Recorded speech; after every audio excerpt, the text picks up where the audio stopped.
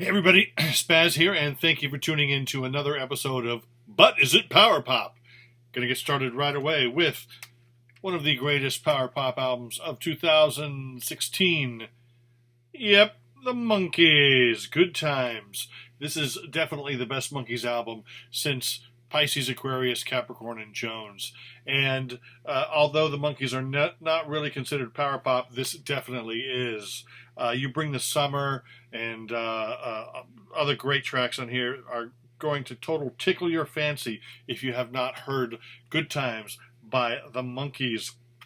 Great stuff, and I cannot contain my excitement.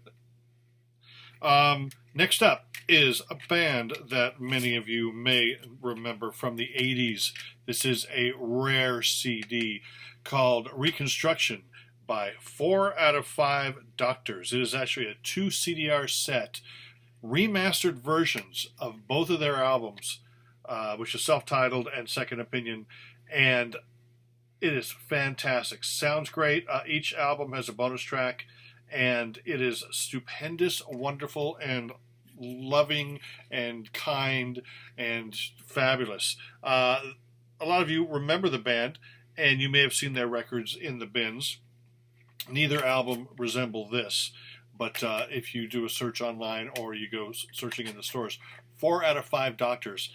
Second album called Second Opinion was more power poppy because it was more musically focused. The first album is very eclectic and very quirky and great. Just a lot of great tunes on that.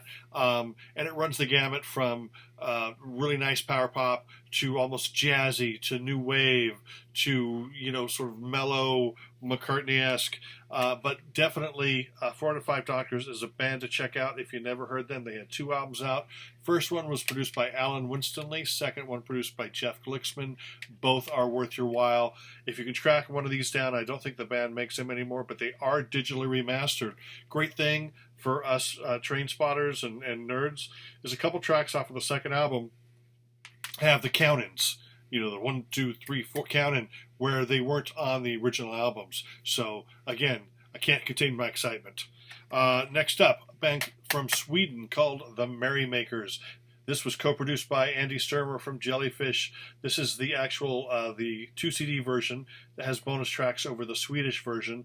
Definitely worth your time if you like Jellyfish, if you like Swedish pop of the 90s, like Beagle and the Trampolines and Eggstone and This Perfect Day. Merrymakers are right along those lines and definitely worth your time. I would recommend you to run out and get this right away, if not sooner.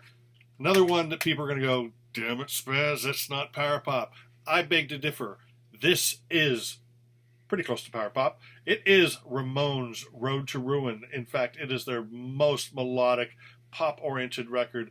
It has I Want to Be Sedated on it, but it also has She's the One and Don't Come Close, which are more great songs.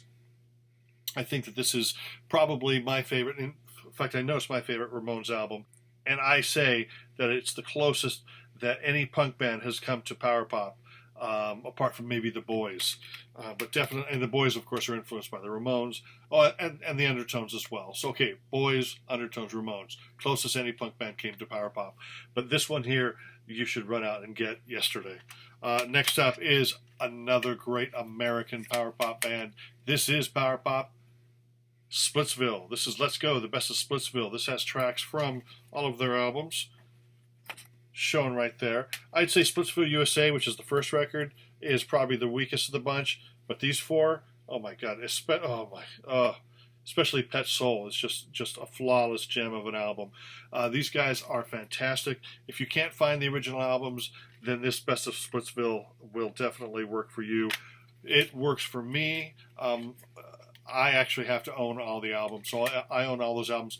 The Huseman brothers in this band used to be in a band called the Greenberry Woods, and they were great. And then now they're in a band called the Stereo Twins. So you're definitely going to want to check out Greenberry Woods, which is more great power pop, and the Stereo Twins, which is not as power pop, but still great vocals, and unfortunately they have beards.